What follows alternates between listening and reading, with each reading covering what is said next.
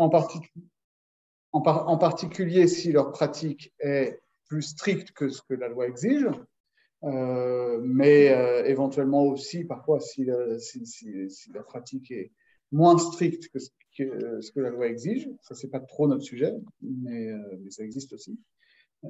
Et on avait fini en montrant qu'en gros, chez les décisionnaires, il y avait deux grandes tendances qu'on observe en fait tout au long de l'histoire de la halakha. Une tendance qui va dire ce qui compte quand même, c'est vraiment la halakha telle qu'elle se dégage des débats théoriques et que on ne va pas forcément remettre en cause la pratique des gens, mais ça n'a pas de pertinence en soi. Et de l'autre côté, une approche qui dirait non, mais finalement, la halakha théorique telle qu'elle se dégage du Talmud et des décisionnaires, etc., c'est bien joli, c'est une sorte de référent, mais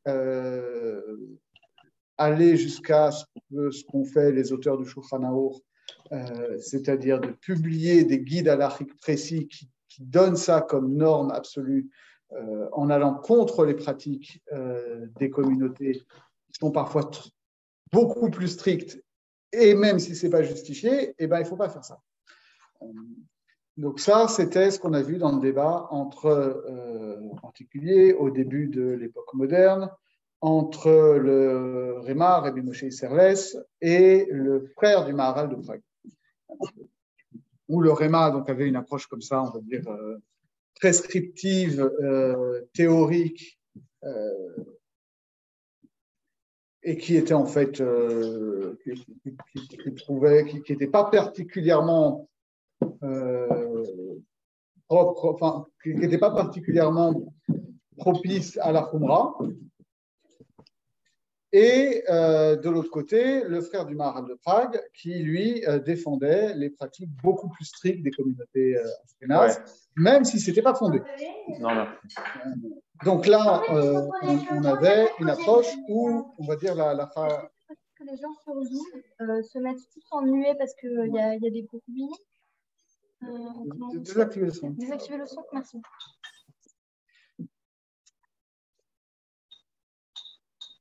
Donc là, on avait un cas où la halakha théorique, elle était moins stricte que le minag.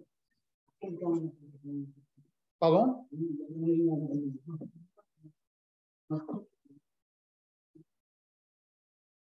Dans quel cas, par exemple? Dans quel cas, là, ça portait sur les questions de cache-route. Alors, l'exemple qu'on pouvait voir, par exemple, il faudrait voir dans le détail. On n'est pas allé, je ne vais pas citer un exemple concret parce qu'on n'est pas allé voir dans le détail de ces textes-là, mais en théorie, ça peut être, par exemple, imaginons, qu'est-ce qu'on pourrait avoir comme cas théorique. Par exemple, au niveau de... Là, ce sera... Oui, c'est un bon exemple. Pour tout ce qui est la question de viande cachère, glatte, halak, etc. Si c'est quelque chose qui vous intéresse particulièrement, j'ai fait un cours qui dure 1 heure à peu près sur YouTube sur cette question-là. Donc, si vous voulez aller vraiment fouiller ce sujet-là, il y a 1 heure de cours qui vous explique tout de A à Z sur cette histoire de glatte, halak, cachère et tout ça. Pour le résumer rapidement de comment ça marche cette histoire-là, c'est que la Mishnah dit que s'il y a une perforation dans le poumon, la bête est non viable, elle est tréfa et donc on ne peut pas la consommer. S'il y a une adhérence entre le poumon et la cage thoracique, c'est souvent le signe d'une perforation qui a cicatrisé, mais comme c'est quelque chose qui bouge beaucoup constamment avec les poumons, donc ça va mal, c'est une cicatrisation qui n'est pas durable, donc la bête est quand même très forte. La halakha, telle qu'elle se dégage théoriquement de la plupart des décisionnaires, et c'est comme ça que tranche le Shulchan Aruch, c'est que en gros, ça dépend où c'est placé, mais si c'est mal placé, c'est vraiment à la surface du poumon et pas entre deux lobes, toute adhérence est problématique et rend la bête très forte. Et le Réma dit, si c'est des adhérences qui passent juste quand on passe la main, c'est juste des glaires en fait, et donc c'est pas un problème. Donc c'est déjà une koula par rapport au Shulchan Aruch, et en fait le minag qui était établi dans beaucoup de communautés, et que je crois le Réma le rapporte en disant qu'il n'est pas trop d'accord, c'est que s'il y a une adhérence, on va gratter un petit peu, tripoter un petit peu pour que ça s'enlève, et ensuite on va mettre les poumons dans de l'eau et on va souffler, et s'il n'y a pas de bulle, c'est-à-dire qu'il n'y a pas de trou et que ce n'était pas une adhérence. Autre exemple plus précis chez le Réma, il y a tout un débat de savoir au niveau du foie gras, là aussi il y a un cours d'1 heure si vous voulez sur la cache du foie gras. Le foie gras, le problème, c'est que le gavage, surtout le gavage tel qu'il se pratiquait avant, c'est qu'on mettait un tube dans la gorge, enfin, c'est surtout qu'on mettait des grains de maïs ou de blé crus, donc durs, et on les poussait comme ça avec un bâton jusque dans l'estomac des oies, et donc ça faisait des perforations dans l'œsophage. Et après, il y a la manière de vérifier est compliquée. Et le Réma s'élevait contre la coutume de procéder quand même à des vérifications comme ça. Et il disait, quitte à autoriser les oies gavées, il vaut mieux s'appuyer sur des règles théoriques de majorité de cas, en disant que dans les majorités de cas, ça ne pose pas de problème, plutôt que d'aller demander une vérification et ensuite s'appuyer sur des avis minoritaires pour permettre des taches de sang qui apparaîtraient à l'intérieur. Donc, voilà, il y a plein de paramètres. Mais c'est pas notre. Je donne un dernier exemple où ça peut être à l'inverse, qui a une grande importance aujourd'hui. C'est la question du hérouv. La question du hérouv, en gros, c'est quoi un hérouv? C'est que dans un espace qui a l'air d'être un espace public, parce que c'est un espace partagé, mais qui en fait est un espace privé, c'est-à-dire c'est de la copropriété. On va en quelque sorte, c'est par exemple vous habitez dans une maison, c'est votre espace privé, et ensuite vous avez une cour en commun avec d'autres maisons. Donc cette cour-là, elle a l'air d'être un espace public parce que c'est pas que chez vous, mais en réalité vous êtes 4, 5, 10 copropriétaires de cette cour. Le hérouv consiste à dire mikasa et sukasa, on va mettre de la nourriture chez quelqu'un, on va dire tout le monde peut venir se servir chez moi, et on va bien déterminer l'espace qui est concerné par ça, et donc on met en commun tout cet espace, et donc chacun peut circuler là-dedans. Il y a des espaces, donc ça c'est pas seulement sur les cours intérieures ou sur des impasses, mais il y a beaucoup de voiries qui sont des rues qui ne sont pas suffisamment larges, qui ne traversent pas toute la ville, etc. Où en réalité, ça relève aussi de l'espace de copropriété. Et donc, on peut faire un hérouv. Par contre, ce qu'on va appeler Reshut Arabim, un espace vraiment public qui appartient à tout le monde parce que ça appartient à personne, là, les critères, ça va être une voie qui va faire en gros plus de 8 mètres de large, qui va traverser la ville de part en part. Et il y a un critère sur lequel il y a un grand débat, c'est savoir le fait qu'il y ait 600 000 personnes qui passent par là.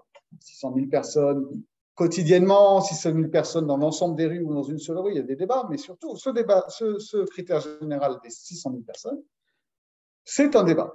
Au maximum 600 000 ? Au minimum 600 000. Minimum 600 000. Okay, et donc, par exemple, Rashi, lui, dit quand il n'y a pas 600 000 personnes qui passent, ça ne s'appelle pas Reshut Arabim. Donc, on peut faire un hérouv. Donc, ça, c'est les koulas. C'est une option cool. À l'inverse, il y a d'autres décisionnaires qui disent même s'il n'y a pas 600 000 personnes, ça s'appelle quand même Reshut Arabim. Donc, c'est les Khumra.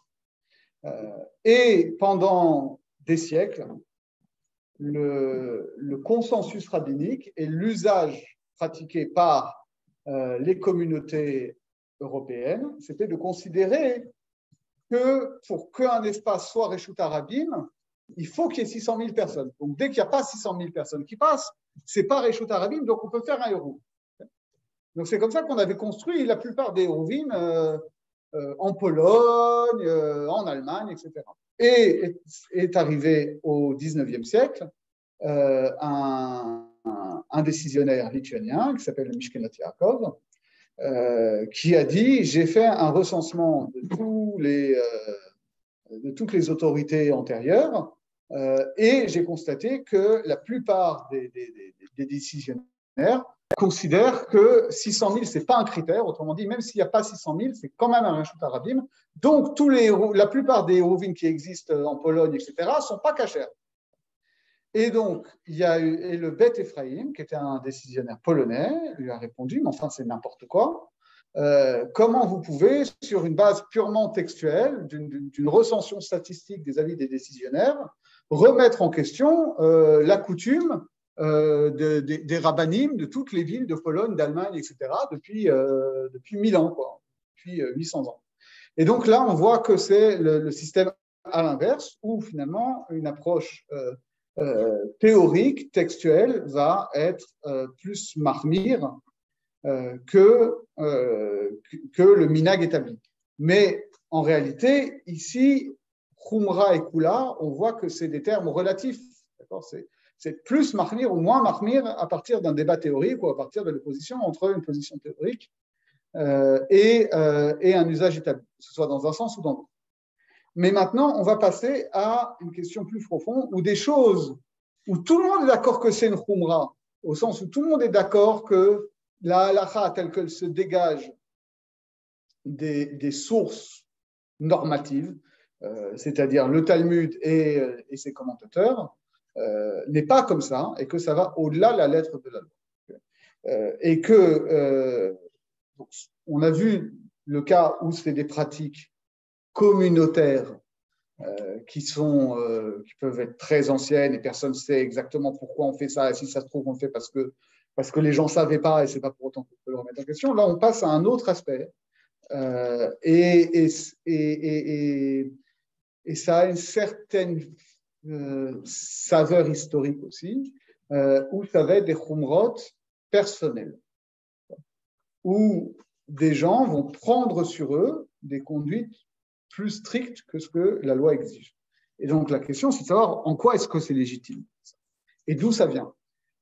Et en réalité, comme on va le voir, ça commence au Moyen-Âge, mais ça se répand vraiment à partir du début de l'époque moderne, c'est-à-dire à partir du XVIe siècle, on va dire.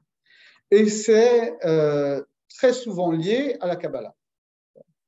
La Kabbale, c'est-à-dire toute cette tradition ésotérique du judaïsme qui se lit surtout dans le Zohar et ensuite dans les textes de Rabbi Yitzhak Lorlet, etc., a cette tendance-là à préconiser des khumrot.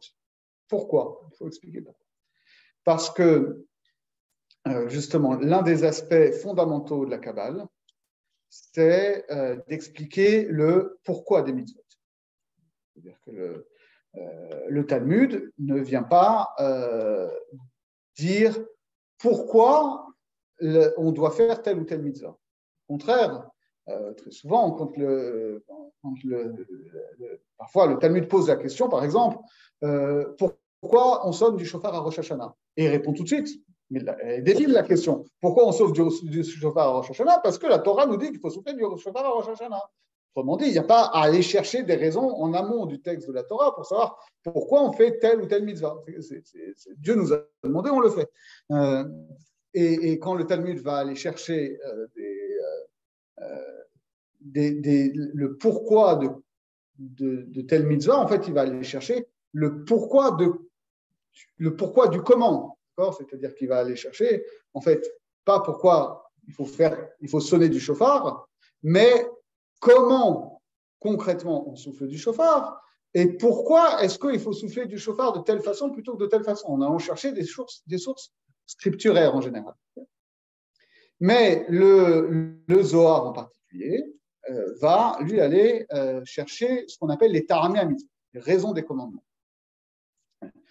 Et c'est-à-dire que ça va plus être une recherche, on va dire, immanente, qui reste au niveau de ce que dit la Torah et qui fonctionne à ce niveau-là pour savoir qu'est-ce qu'on en déduit en aval, mais et donc il n'y a rien transcendant par rapport à la Torah, c'est-à-dire c'est la Torah qui est le premier niveau. Le Zohar, lui, va dire, en fait, ce que nous dit la Torah est le symbole ou l'expression de réalité des mondes divins. Et donc, pourquoi est-ce que nous, on fait les mitzvot?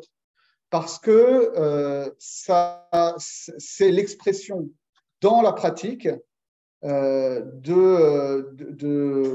d'événements, de réalités qui sont transcendants par rapport au monde, qui sont en quelque sorte internes à la divinité. Et donc, le Zohar va avoir un discours sur qu'est-ce qui se passe au sein du monde divin, en quelque sorte, de manière extrêmement détaillée, et encore plus détaillée dans les textes kabbalistiques ultérieurs. Et à partir de là, une fois qu'il a analysé comment ça fonctionne à l'intérieur du monde divin, il va faire une sorte de déduction transcendantale, si on peut parler vocabulaire ancien, et dire, voilà, vu que ça se passe comme ça au niveau du monde divin, au niveau des séphirotes, ça veut dire que dans la pratique, c'est pour ça que la mitzvah, elle est comme ci et comme ça. C'est pour ça qu'on a, non seulement qu'on a la mitzvah du shofar, mais qu'il faut sonner le shofar de telle manière. Et très souvent, ça va amener soit à un discours prescripteur beaucoup plus précis que ce qui ressort du Talmud, et souvent de manière plus stricte de ce qui ressort du Talmud. Pour prendre un exemple tout bête, la Torah dit le premier jour de Sukkot, vous prendrez le prix et Sadar et capote tamarim, etc. Vous prendrez les 4 espèces et vous les achèterez devant Dieu. Donc, quand on n'a que la Torah, on ne sait pas trop comment on doit faire. Bon, on ne sait même pas quel fruit c'est exactement. On ne sait pas trop ce que ça veut dire agiter. Et, voilà. Et le Talmud va nous dire, voilà, les 4 fruits, c'est ça, ça, ça et ça. Et agiter, ça veut dire il faut les agiter dans les 6 directions, d'accord? Mais le Talmud dit juste les 6 directions. Et dans quel ordre il faut le faire, on ne sait pas. Au point que le Zohar non plus ne le précise pas. On n'a pas d'indication. La première indication qu'on a, c'est dans le Maharil, qui est un décisionnaire allemand tardif, la fin du Moyen-Âge, qui dit, vu qu'il n'y a pas d'indication, alors, a priori, on va faire dans l'ordre, c'est-à-dire qu'on va commencer à l'est, et puis on va tourner, donc on va faire normalement est, sud, ouest, nord, haut, bas. Et le minhag ashkenaz, c'est comme ça. Mais qui est fondé sur ce qu'on va appeler une zvara, c'est-à-dire a priori, puisque ce n'est pas indiqué, on va commencer par là où on fait face pendant la prière, et puis on va tourner, on va finir par haut, bas. Et Rabbi Yitzhak Luria dit non, en réalité, les 6 directions, ça correspond aux 6 sphirotes intermédiaires, et donc il faut le faire dans l'ordre où les points cardinaux correspondent aux sphirotes, c'est-à-dire qu'on commence par Chesed, et Chesed, c'est le sud. Ensuite, on continue avec Gvura, Gvura, c'est le nord. Ensuite, on fait Tiferet, c'est l'est. Ensuite, on fait Netzach, c'est le haut. Hod, c'est le bas. Et on finit par Yesod, Malchut, en gros. Et ça, c'est l'ouest. Donc ça, c'est l'ordre que font aujourd'hui les séfarades. Okay. Et ça commence avec le Harizal, c'est-à-dire c'est les années 1570. Et donc, il y a plein de cas comme ça dans le Zohar et le Harizal, où les mitzvot sont la façon précise de pratiquer les mitzvot est beaucoup plus détaillée dans les sources kabbalistiques et souvent beaucoup plus stricte. Oui. Tu dirais que l'influence de la Kabbale, elle se fait beaucoup plus sentir sur le monde séparé en général ou pas forcément?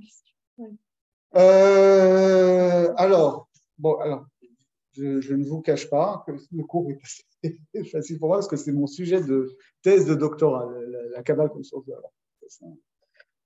Donc, je peux répondre. Il peut répondre.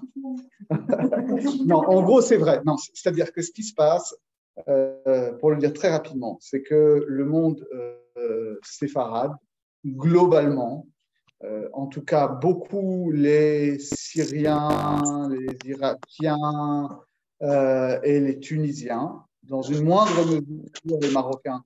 Et au Yémen, ça a fait carrément, ça a scindé la communauté.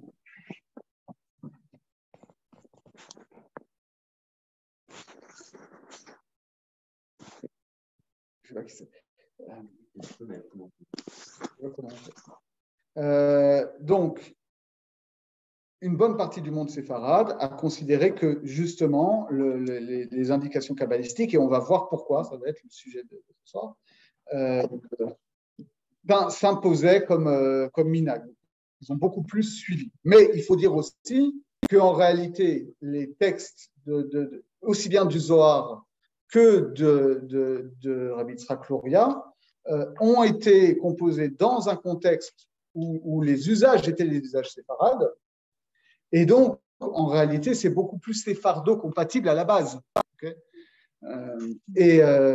donc, ça n'a pas forcément changé autant de choses que ça pourrait changer chez les Ashkénazes.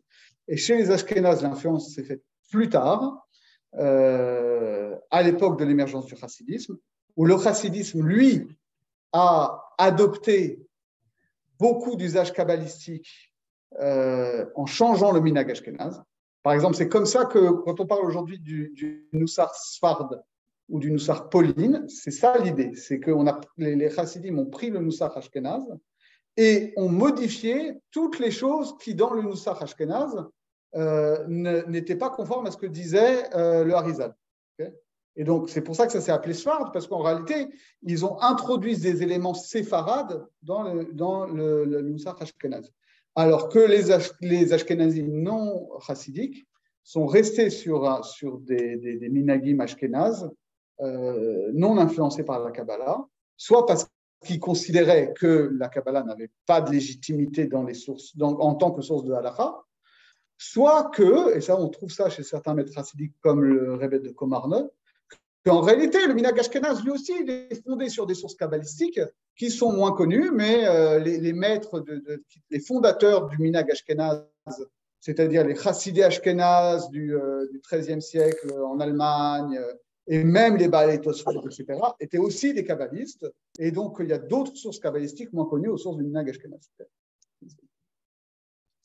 Mais en tout cas, voilà, le minhag, la Kabbalah, contrairement à ce qu'on pourrait penser, parce que parfois on oppose, c'est une lecture un peu superficielle des textes de Scholem qui pourrait faire penser qu'il y aurait d'un côté le monde de la halakha qui est strict et qui est conservateur et qui est méchant, de droite on va dire, okay, et de l'autre côté un monde kabbalistique qui serait une sorte de contre-culture, qui serait un élément romantique, révolutionnaire, et qui serait donc de gauche et anti-halachique. Alors qu'en fait, la Kabbalah a le plus souvent été, oui, un mouvement anti-halachique au sens il y a des discours dans le Zohar très durs contre ceux qui refusent la Kabbalah et qui disent non, on fait que du Talmud, que de la halakha, et qui ne comprennent pas qu'en réalité, ça c'est un élément extérieur et que c'est juste le corps, et que de l'autre côté, il y a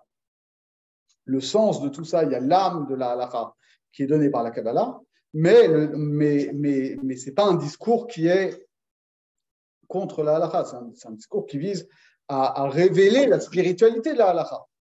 Mais il faut à la fois avoir le corps qui est la halakha et l'âme qui est la Kabbalah pour que ce soit une Torah vivante avec âme et corps. Et parfois, ça débouche sur une halakha qui est beaucoup plus stricte.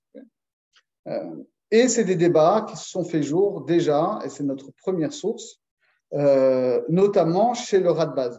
Radbaz, Rabbi David ibn Zimra, c'était le grand décisionnaire égyptien au milieu du XVIe siècle, des années 1500 et quelques. Donc, les sources vous ont été transmises sur le groupe WhatsApp. Je vous invite à aller donc sur le groupe WhatsApp Ayeka News. Et apparemment, c'est pas sur Ayekanu, c'est sur le groupe Kollel. Ok, vous êtes tous sur le groupe Kollel? Vous êtes tous sur le groupe Ayekanu? Ok. Exemple, je vais transférer du Kollel sur Ayekanu. Moi, je peux le transférer parce que c'est moi qui l'ai envoyé. Okay. Je peux l'envoyer déjà sur Ayekanu. Attends, je retrouve le message que j'ai envoyé à la directrice qui n'est pas là. Donc, je balance, bon, grave. Faut que je c'est bon, je viens de le mettre avec la news. C'est bon, en fait, Émile, il l'a fait. Ok, c'est bon. Ok. Oui. Ah oui, parce que moi, je ne peux pas partager ça. Donc, c'est qui les gens qui ne sont pas sur ce groupe? Ah ouais, il y a quand même 4 personnes. Est-ce que quelqu'un a la possibilité Ayekanu, est-ce que quelqu'un a la possibilité de leur transférer? C'est ce que je fais pour ce film. Bon, je commence à lire, de toute façon, c'est. Donc, je dois pouvoir le leur mettre. Ben oui, c'est sûr. Je te le transfère à toi. Ouais. Je n'ai même pas ton numéro. Non, attends. Émile, tu as la possibilité de mettre le PDF dans le chat. Ouais. Merci. Merci beaucoup. Ok. Donc, le Rabaz, il pose la question. C'est la tchouva numéro 1151. C'est dans le volume 3 sur 6. Il a écrit beaucoup de choses. 1151. Et donc, j'en profite pour corriger que dans mon livre, j'ai fait une erreur où j'ai marqué 1111. Et donc, je me suis énervé cet après-midi parce que c'est évidemment. Déjà, quand il y a une référence qui est fausse dans un bouquin, c'est énervant. Et en plus, quand c'est dans son propre bouquin, c'est encore plus rachant. Donc, ouais. Sachant que le bouquin ne sera jamais réimprimé. Donc... On va tous l'acheter. Voilà.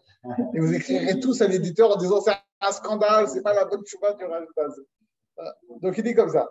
Sheila Sheshalta Alma Samchu Aolam Lachlot Setfilin Bitfilat Mustaf Rosh Chodesh.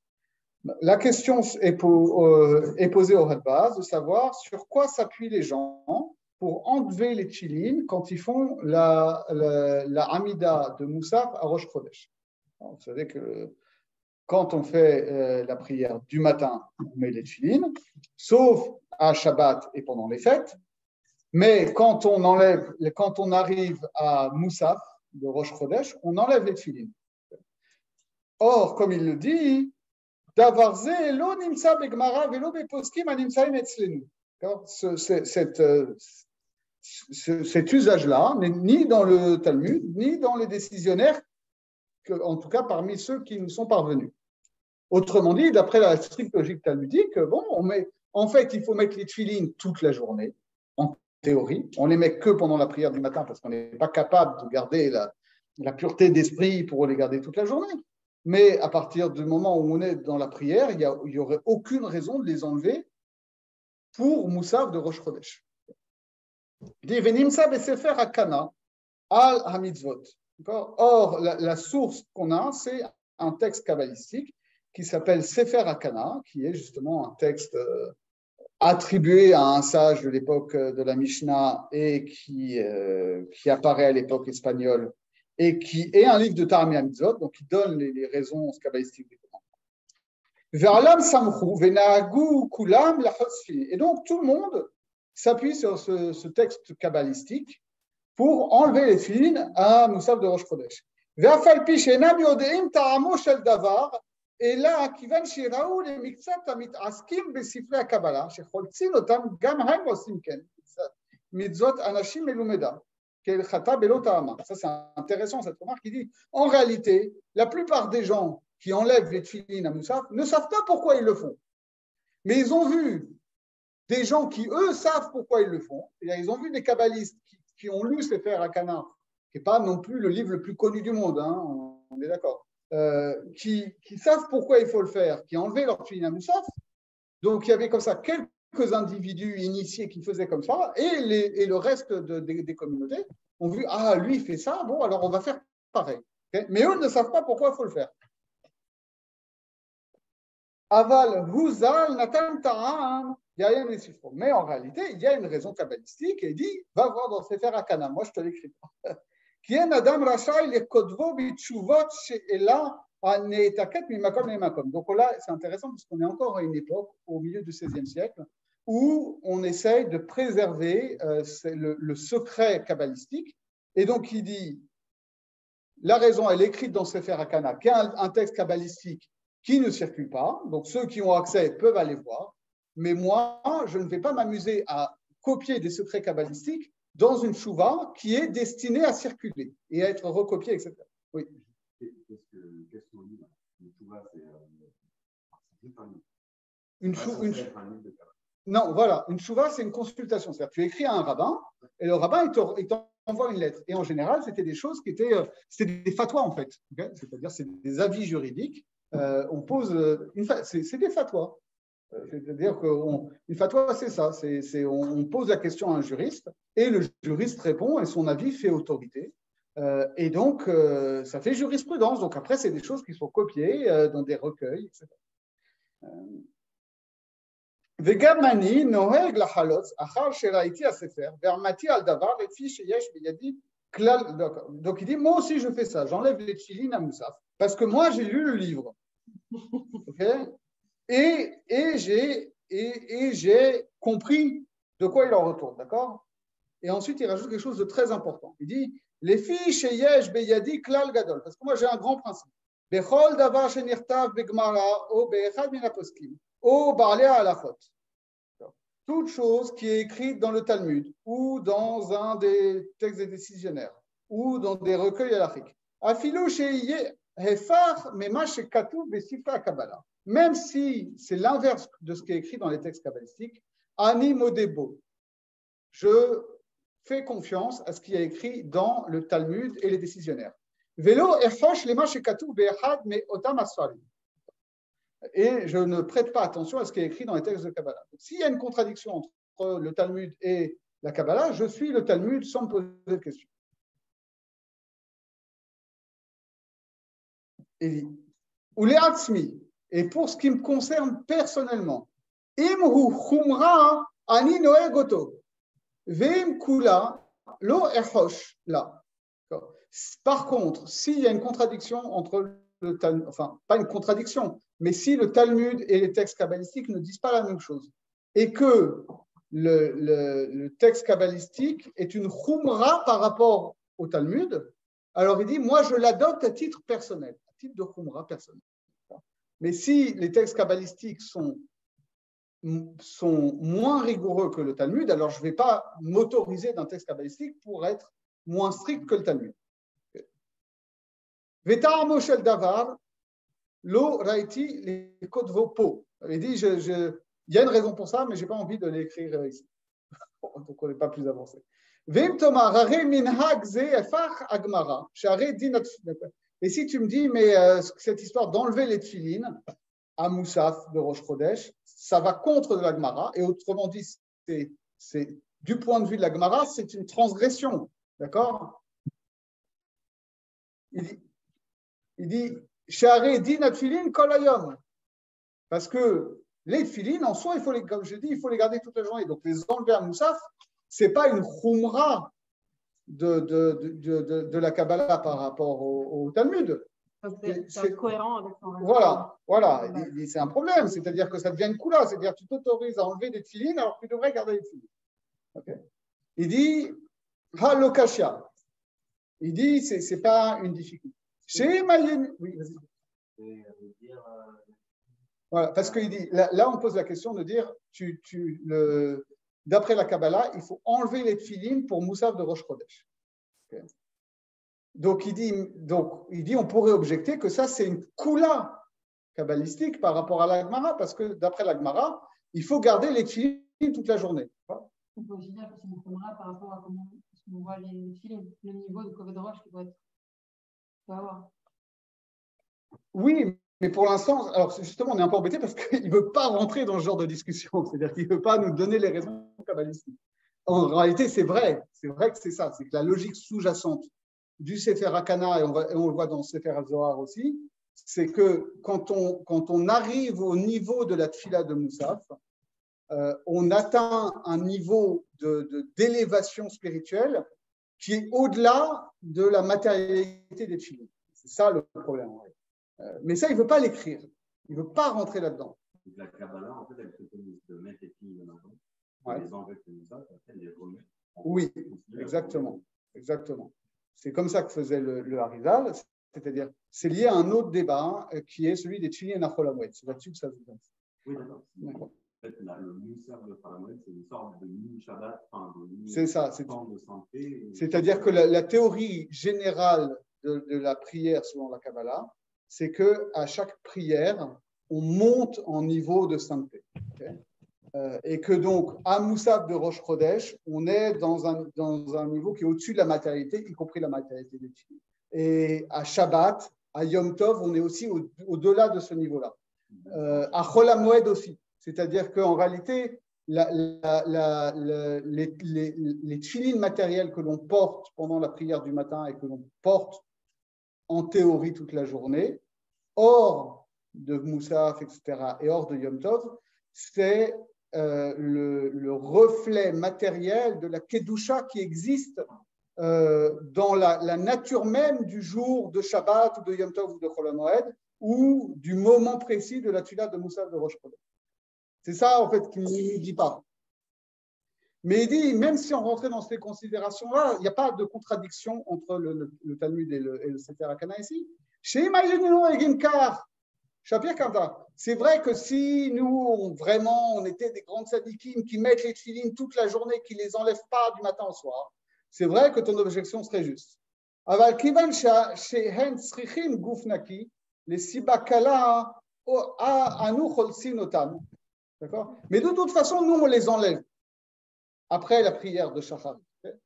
Donc, ne viens pas m'objecter que, ouais, on est tellement kedoshim qu'on a un niveau où on garde les filles toute la journée. On voit que c'est effectivement, il s'en sort un peu par une pirouette. Brilo sibanami miyad achar levi hasharat sarir lachlotz. Imken kedai hu alkana leagdim bishu. Et Levi Hasharat, il dit de toute façon, même si tu les enlevais pas pour Moussaf de Rosh Chodesh, un quart d'heure après, tu vas les enlever. Donc, ne me joue pas les grandes sadikim. Et quitte à les enlever après la prière, alors on peut s'appuyer sur le Sefer HaKana pour les enlever un peu plus tôt. Mikol Makom, c'est intéressant. Il dit Mikol Makom, de toute façon, la Adam lachlotz. Moi, je ne suis pas là pour dire aux gens comment ils doivent faire, qu'ils doivent les enlever. Ou de ne pas les enlever. Et Efshar la tête Satam les filles Apshat. Il dit, et en fait, il rejoint, là, il dit Al-Pi Apshat, sans rentrer dans des secrets kabbalistiques, on peut comprendre la logique. Et en réalité, là, il est en train de donner complètement la raison kabbalistique. Il dit Kevan Debe Moussaf Domé Rosh Chodesh et les Yamim Tovim. Parce que le fait qu'il y ait de Moussaf à Rosh Chodesh, ça fait qu'au Rosh Chodesh, ça ressemble à Yom Tov. D'accord? Chez Niklaou Hot, là où il a Asot Lo Heker. Et donc, en réalité, de la même manière qu'on ne met pas les tefilines à Yom Tov parce que Yom Tov, ça s'appelle Hot, alors Moussaf de Rosh Chodesh, alors c'est un peu la même idée. En réalité, c'est complètement la raison kabbalistique, mais il fait genre, je rentre pas en Kabbalah. Ça, c'est un classique de toute la littérature des kabbalistes qui écrivent en gros avant la fin du XVIe siècle. C'est de dire, bon, je ne fais pas de Kabbalah, en fait, je t'en fais par la bande. On va voir ça aussi chez le Ramban. Pourquoi tu ne veux pas parler de Kabbalah comme ça? Parce qu'il y a une idée qu'on ne parle pas de Kabbalah par écrit. On ne parle pas de Kabbalah dans des textes qui sont destinés à être diffusés. Alors qu'en réalité, bon, le Zohar, il est déjà imprimé à l'époque, ça circule déjà. Bon. Enfin, le Zohar, il faudrait voir la date précise de cette choix parce que c'est précisément à cette époque-là, au milieu du XVIe siècle, que le Zohar est imprimé. Donc, c'est possible qu'il écrit ça juste avant et tout, mais c'est vrai que ça a vraiment induit un changement d'attitude, cette histoire-là. Et en plus, les filles sont appelées Keter. Véo et or, comme dans la Kedusha de Rosh Chodesh, on dit Keter Yitenu Lecha, qu'on donne une couronne à Dieu. Donc, ça fait bizarre de dire on couronne Dieu comme roi en lui mettant une couronne, et nous, on garde la couronne des tefilines. C'est un peu délicat. Oui, en réalité, il est complètement déjà dans ça. Et en fait, c'est vraiment la raison kabbalistique, mais il fait genre, c'est pas la raison kabbalistique. Pouvoir la dire. Ouais. Voilà, ça c'est la tchouva du Radbaz. Ce qu'il faut retenir de ça, c'est que, et c'est là que je parlais d'un tournant, on va dire, individualiste, en fait, de la pratique, précisément à cette époque-là, au XVIe siècle, c'est-à-dire la Renaissance, c'est concomitant avec l'émergence du sujet moderne en philosophie occidentale, d'accord ? Il y a cette idée-là qui n'existait pas forcément en tant que telle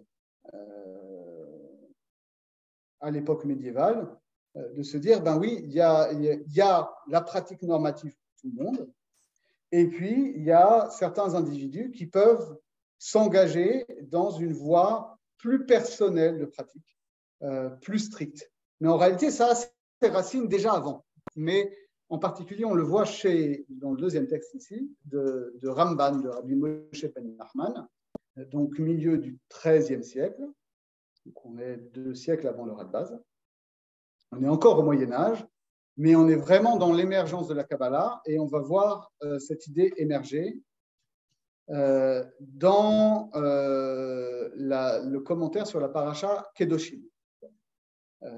Kedoshim, on connaît le verset Daber kol adat ben Israël ve'amarta alehem kedoshim tiyu ki kadosh ani Hashem Elokechem. Dieu dit dans le Lévitique à Moïse, parle à toute l'assemblée des enfants d'Israël et dis-leur, soyez saints ou vous serez saints, car je suis saint, l'Éternel, votre Dieu. Et il y a un grand débat entre Rashi et Ramban là-dessus. Rashi dit quoi? Ça veut dire quoi? Soyez saints, kedoshim tiyu, il dit comme ça. Hevu perushim mina arayot mina avera. Séparez-vous ce qu'on appellerait aujourd'hui des crimes sexuels. Arayot, c'est ça. Arayot, c'est l'inceste, l'adultère, etc. Mais c'est quand même surtout l'inceste. Donc, ne pratiquez pas l'inceste. Ça veut dire quoi? Soyez saints. Ne pratiquez pas l'inceste. Et éloignez-vous de toute transgression. D'accord? Pourquoi? Chez Kol Makom, chez Ata Motse, Geder Elva, Ata Motse Kedusha. Parce que à chaque fois, et c'est vrai qu'on voit ça régulièrement dans le texte, à chaque fois où la Torah nous interdit certaines relations sexuelles, on voit apparaître cette notion de Kedusha, de sainteté. Donc Rashi, il a une vision qui est, on va dire, très, très pshat, on va dire très à minima en fait, mais qui est assez incroyable. Dieu nous demande d'être saint. Ça veut dire quoi être saint? Ça veut dire respecter la Torah. À partir du moment où tu ne transgresses pas les interdits de la Torah, et en particulier où tu te gardes de l'inceste, tu te gardes des relations interdites, tu te gardes de l'adultère, tu te gardes de la bestialité, etc., alors ça s'appelle déjà être saint.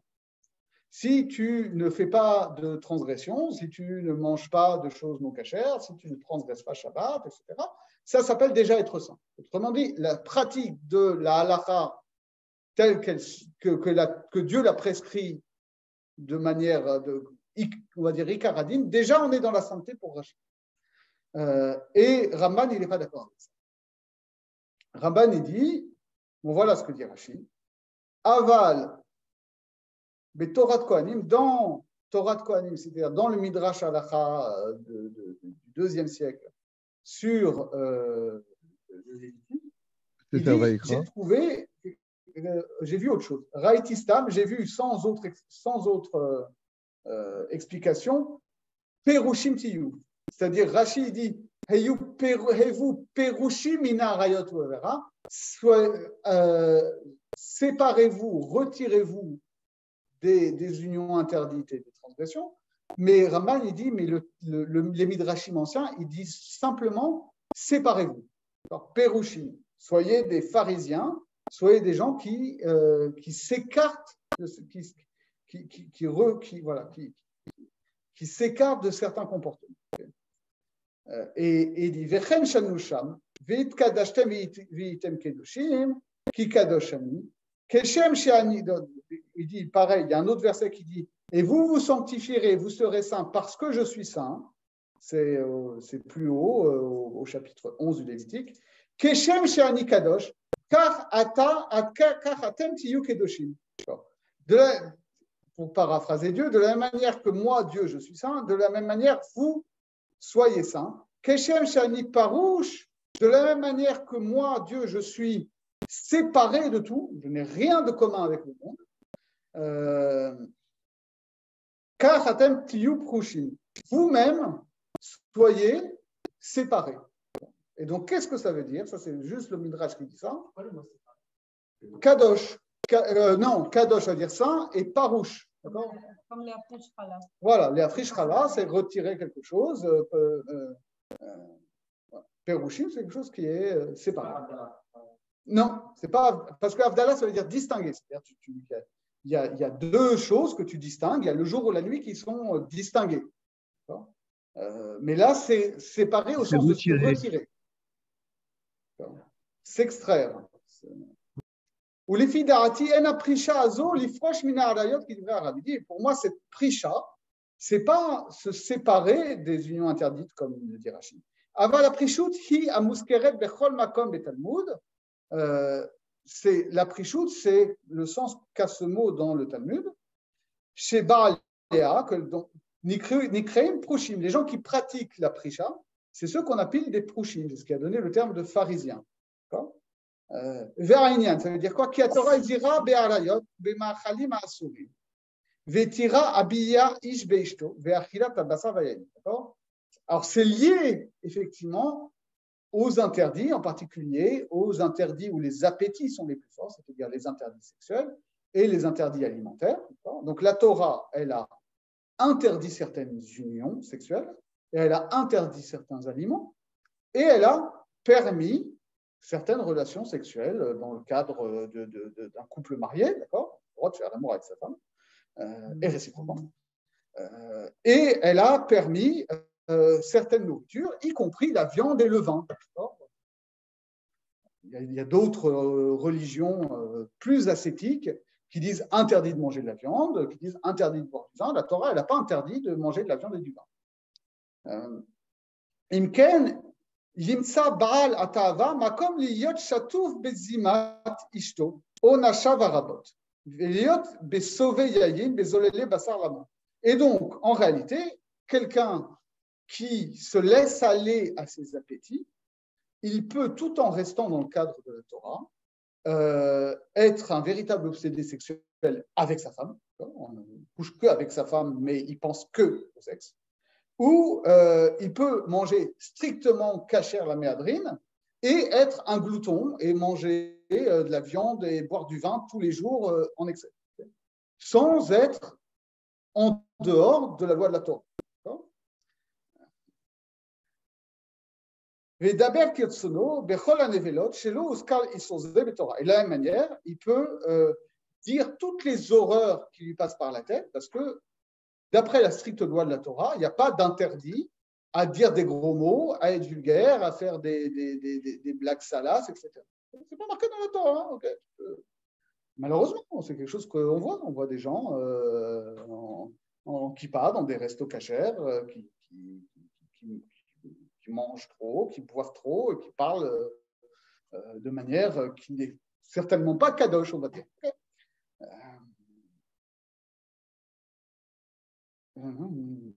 Donc, selon Ramban, se séparer, c'est faire ce genre de... Voilà, et donc il dit Veine yiyeh naval birshut Torah. Ça s'appelle naval birshut Torah. C'est faire des choses, des choses dégoûtantes avec l'autorisation de la Torah. Les fikar ba katuv acharish piret haisurim shasar otam egamre. C'est pour ça que la Torah, après qu'elle a détaillé les interdits qui sont complètement interdits, elle vient rajouter quelque chose. Siva bedavar klali sheini plushim min hamutarot. Elle vient nous donner un commandement général que même dans les choses qui sont permises, il faut une certaine mesure de prishut, c'est-à-dire une certaine mesure d'ascèse de retenue, de retrait. Yima'ed bemishgal ke'inyan she'amru shelo yiyu talmidei chachamim metzuin et shen neshotem ketornegolim. Il faut diminuer la fréquence de ces rapports sexuels. Comme c'est dit dans le Talmud donne des indications de combien de fois par semaine ou par mois on doit avoir des rapports conjugaux. Et il dit, par exemple, des gens qui sont des voyageurs internationaux, ça va être parfois tous les mois ou tous les 2 mois, parce qu'ils sont une fois. Et les Talmidei Chachamim, c'est une fois par semaine. Pourquoi? Parce qu'un Talmid Chacham, il est engagé justement dans une démarche d'incarner la Torah en quelque sorte. Et donc, il ne convient pas qu'un Talmid Chacham soit, selon la langue du Talmud, soit toujours auprès de sa femme comme un coq, dans sa basse-cour.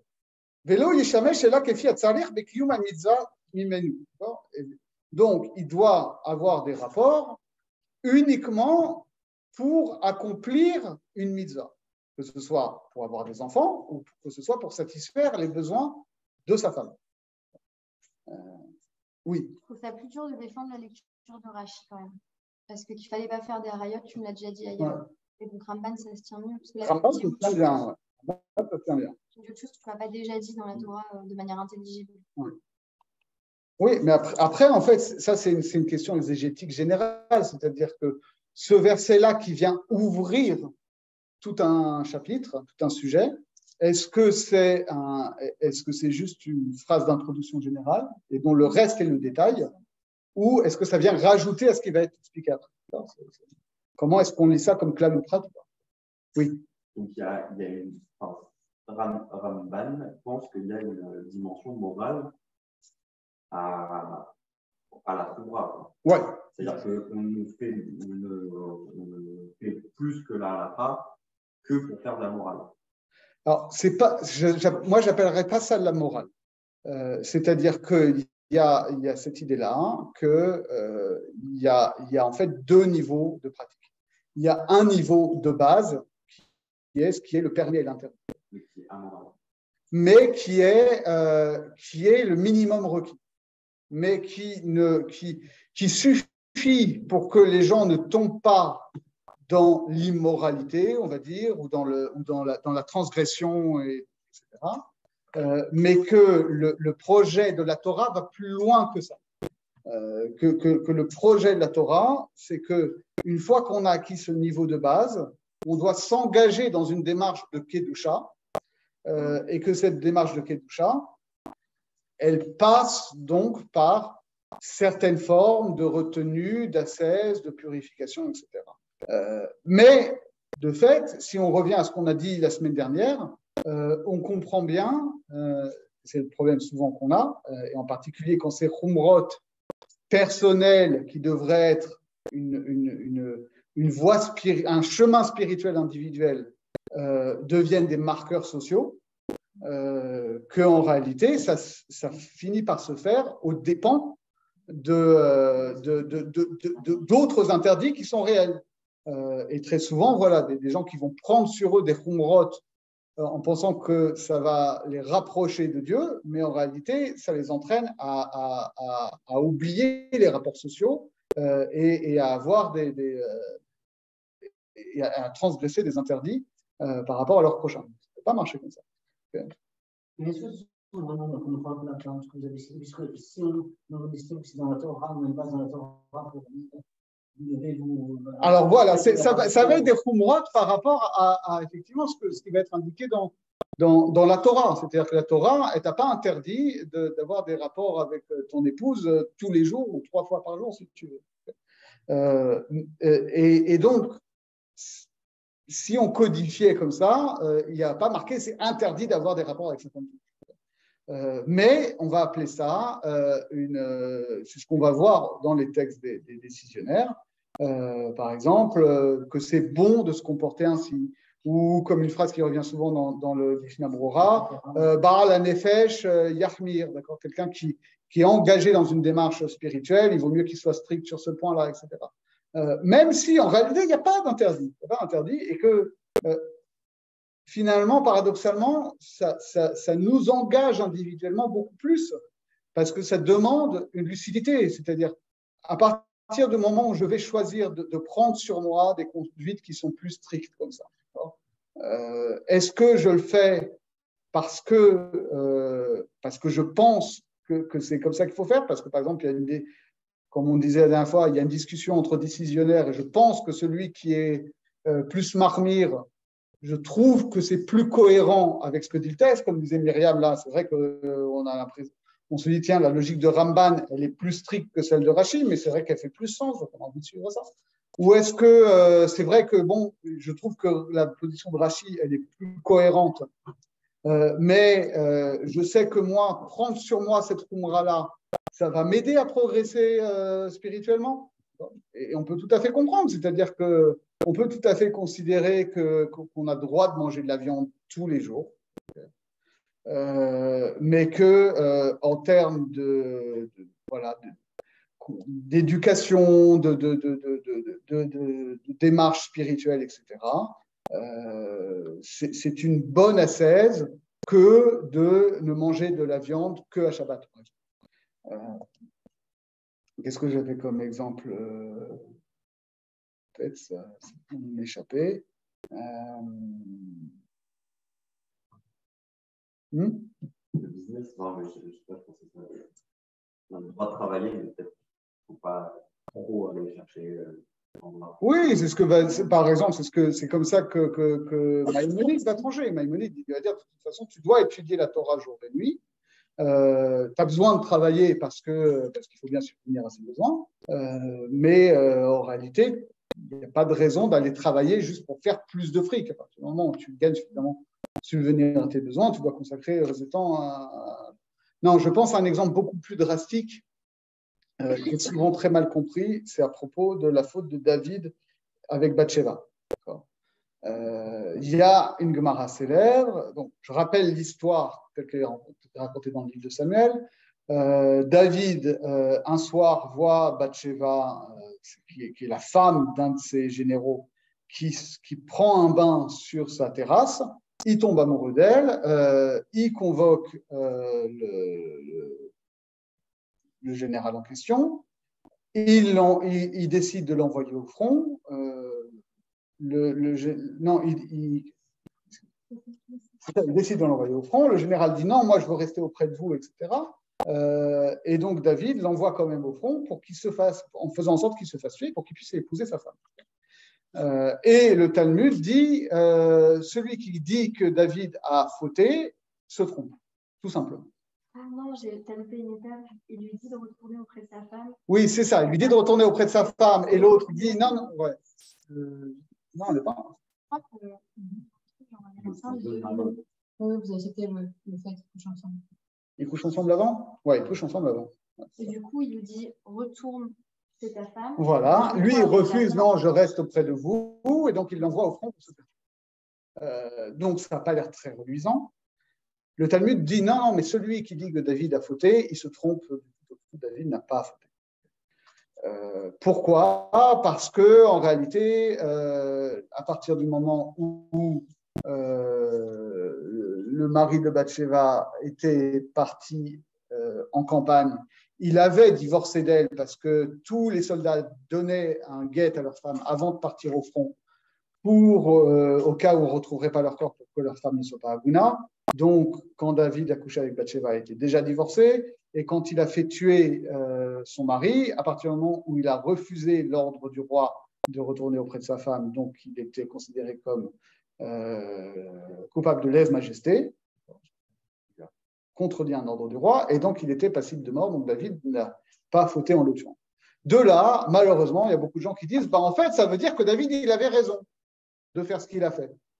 Or, c'est une lecture qui est intenable, puisque le même texte de Samuel nous dit par la voix du prophète Nathan, où Dieu dit donc à David, tu as commis une très grande faute et à cause de ça, ton premier enfant va mourir. C'est-à-dire, en fait, Salomon avait un grand frère qui est mort quasi à la naissance. Et David passe la moitié des Téhilim à dire j'ai fait une grande faute, c'est horrible, j'ai fait la pire faute. Donc, je ne veux pas dire que David avait raison de faire ce qu'il a fait. En réalité, ce que le Talmud veut dire, c'est que techniquement, du point de vue de la halakha, David était dans les clous. Et donc, ce que veut dire le Talmud, c'est l'inverse de ce qu'on croit. Le Talmud ne dit pas David a fait les choses conformément à la halakha, donc il n'a rien à se reprocher. Mais au contraire, David, même s'il a tout fait conformément à la halakha, a néanmoins commis une très grande faute pour laquelle Dieu l'a puni et qu'il a regretté toute sa vie. Donc ça veut bien dire que être dans les clous de la halakha, ça ne suffit pas aux yeux de Dieu. A fortiori, quand on est quelqu'un qui aspire à la sainteté, comme le roi David. Moi, je voudrais continuer ça avec. Alors, je n'ai pas étudié la Kabbalah, mais j'ai entendu qu'il était écrit dans la Kabbalah qu'en fait, Bathsheba et David, c'était magnifique. Oui, bien sûr. Ça ne va pas aussi dans le sens de dire. Non, mais le Talmud lui-même le dit. Avant même la Kabbalah, le Talmud le dit. En réalité, David et Bathsheba étaient destinés l'un à l'autre depuis les premiers jours de la création, sauf que David aurait dû attendre. D'accord, ok. Tout simplement. C'est ce que dit le Talmud. Il aurait dû attendre. Pour paraphraser le jeu de mots, le meilleur jeu de mots de Corneille, dans Polyeucte, et le désir s'accroît quand les faits se reculent.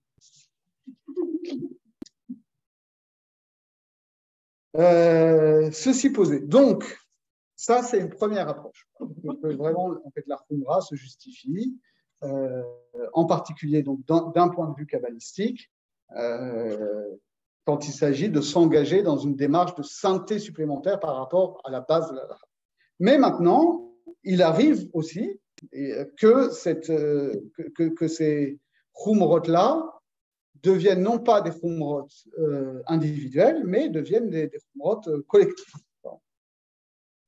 Et on voit ça notamment chez le Khatam Sofer, très très important. Sur un sujet dont je me permets de supposer que ça a déjà fait débat à Kollel, ou sinon ça le fera, c'est la question de la perruque. De se couvrir les cheveux. Grande question. Okay. C'est pas comme ça. Non, mais si, il y a Gabriel Abenson qui nous a fait un cours sur la tchouva, tu vois, c'est ça ce qu'il a fait. Voilà. Alors, je ne vais pas faire dans le détail parce que le Khatam Sofer, c'est très, très technique. Mais je le lis en entier. Sur la perruque en particulier, pas sur se couvrir les cheveux. Ah non, on n'a pas étudié la perruque en tant que ressenti. Non, pas la perruque, mais le fait de se couvrir complètement les cheveux. Okay. C'est la question. Ok, il dit comme ça. Donc je le lis, mais je ne traduis pas forcément tout, je traduis les phrases les plus importantes. Donc, Raïti Levaer Kan Dine Sa'al Beisha Shenistabechouba Bedivra Magan Avraham Simanana ou Beremez Sheramzu Atshuva Maram Alashka. Je viens ici tirer un peu les choses au clair par rapport à ce qui est dit dans le Magan Avraham et à propos de ce que l'on cite implicitement au nom du Maram Alashka, mot décisionnaire turc. הנה בברכות אמרינן דמשבח קרא בשיר השירים בסתערך כעדיל העזים שמאמינה דאלוהים. On connaît cette histoire que dans Shir HaShirim, les cheveux de la femme, c'est un atour érotique, donc c'est quelque chose qui doit être couvert, il dit le Talmud. וחטב הראש שם דווקא לנשואות שדרכן כן לכסות, אבל פנויות שדרכן להיות גלויות לאו הלוואי. Le Roche dit ça c'est valable que pour les femmes mariées qui se couvrent la tête. Et donc, si elles ont la tête découverte, c'est érotique. Mais les femmes non mariées qui ne se couvrent pas la tête, c'est pas érotique. C'est intéressant. Un renversement dans ce qu'on dit en général. C'est pas qu'on doit les couvrir parce que c'est érotique. C'est que quand c'est couvert, en général, ça devient érotique quand c'est pas couvert.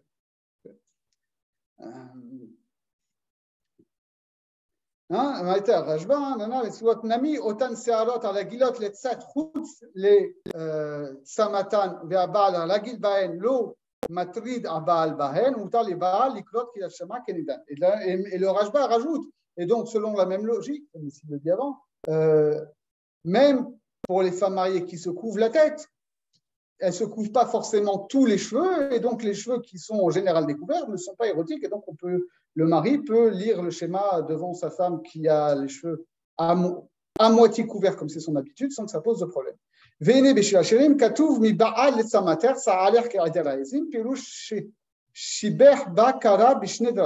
Or, Shir Hashirim dit derrière ton voile, tes cheveux sont comme un troupeau de chevreaux. Donc, en fait, le texte chante les louanges érotiques de la femme sur deux plans. D'une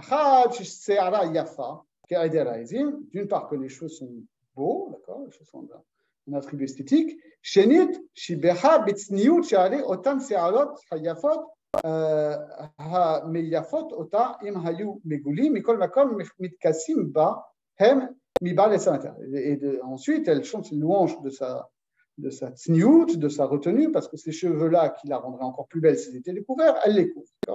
Chez Milvad, Kova, chez Al-Rosha, עוד יש לה צמאת בגד המצמצם השיער שלא יתבצצו לחוץ. Donc lui en déduit que non seulement elle a chapeau sur sa tête, mais qu'en plus, elle a un voile qui lui serre les cheveux pour qu'ils ne sortent pas du chapeau. Mais comme makom otan me'at she'i-efshar litzamtzem, katav Rashba, she'ayotzim me'samot enam erva, legavé à Baal. Mais pour autant, le Racha dit les cheveux qui, malgré le foulard qui est sous le chapeau, dépassent quand même, ça, il n'y a pas de problème. Ou bektuvot, il est écrit Vezeudat Yehudit Yotsa de Rocha Perloua. Parir Rocha Perloua de Oraitahi. Donc là-bas, donc Tuvot, on dit une femme perd sa ketouba non seulement quand elle transgresse Dat Moshe, mais aussi quand elle transgresse Dat Yehudit. C'est quoi un exemple de Dat Yehudit? C'est-à-dire de la façon dont se comportent les gens, les femmes juives. C'est elle sort avec les cheveux, elle sort en cheveux, comme on dit dans ma grand-mère, sortir en cheveux. Et on répond, mais si sortir en cheveux, ça c'est un interdit de la Torah, d'accord? Je vous passe le détail. Donc ça, tout ça, vous connaissez.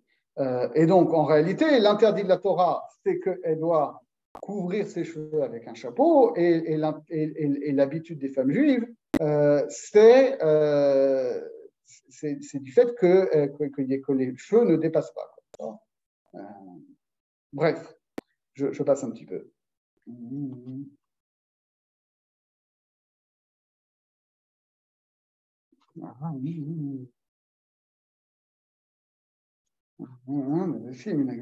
Et donc, le Beth Shemuel conclut que d'après notre coutume,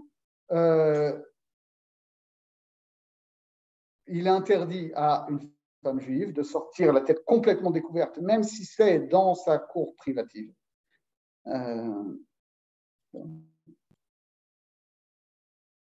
Parce que nos femmes ont l'usage de se couvrir tout le temps la tête. Donc, finalement, il y a un débat chez les poskim de savoir est-ce qu'une femme doit avoir la tête complètement couverte, même dans un espace privé où les voisins sont susceptibles de la voir, ou est-ce que finalement tout dépend de la façon dont les gens se couvrent les cheveux, et les cheveux qui ne sont pas couverts, en général, elle n'a pas à les couper. C'est ça qui ressort du Rosh et du Rashba quand même. Et donc, il dit, il y a un débat. Où la tour Isura Hava, Venahagu Kavate. Il y a un débat entre les poskim, et d'après le tour, c'est complètement interdit. Et la coutume, elle est comme ça. Shuv avalé din gamor. Et donc, à ce moment-là, puisque le minag, c'est que les femmes doivent avoir tout le temps la tête couverte, alors on ne peut pas. C'est comme si c'était comme s'il n'y avait plus de débat, puisque c'est devenu le minag. À partir du minag, ça c'est un grand truc de Khatam. À partir du moment où le minag a été établi comme ça, tu ne peux plus remonter à un débat de décisionnaire antérieur en disant oui, mais on pourrait faire autrement. C'est que pour les femmes mariées ou c'est... Que pour les femmes mariées. Alors, si on veut faire un excursus historique, au Yémen en particulier, même les femmes non mariées se couvraient les cheveux. On voit ça dans le récit Even Shapir, qui est un récit d'un rave lituanien qui est parti jusqu'en Australie, je crois, qui est passé par le Yémen, et il s'étonnait que les jeunes filles non mariées aient la tête couverte. Il disait, mais je ne comprends pas, mais le Talmud, la Mishnah dit que les femmes, le jour de leur mariage, avant qu'elles soient mariées, elles sortent la tête découverte. Et les Yéménites lui disaient oui, juste le jour du mariage. Mais avant, non, et après, non. Mais là, on parle que pour les femmes mariées. Je passe. Donc voilà, donc il dit non, non, non, non, non, non, non. Mais pour autant, on voit dans les... Je passe rapidement. Mais on voit dans les tchouvot de Maharam-Alashkar que dans les pays en terre d'islam, les femmes avaient l'habitude de sortir la tête couverte, mais il y avait Shura Achad Shel Se'al Ben Haozen les Padahat Talouila. Elle laissait dépasser des mèches là, au niveau des oreilles. Non, les femmes mariées avec la tête couverte, mais elle laissait dépasser des mèches au niveau des oreilles. Volontairement. Volontairement. Est-ce qu'elles ont le droit de faire ça ou pas?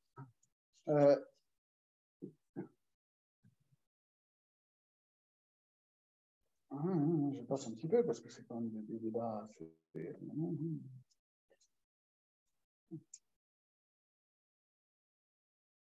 En gros, ce qui ressort du Maharal al-Ashkar, c'est que,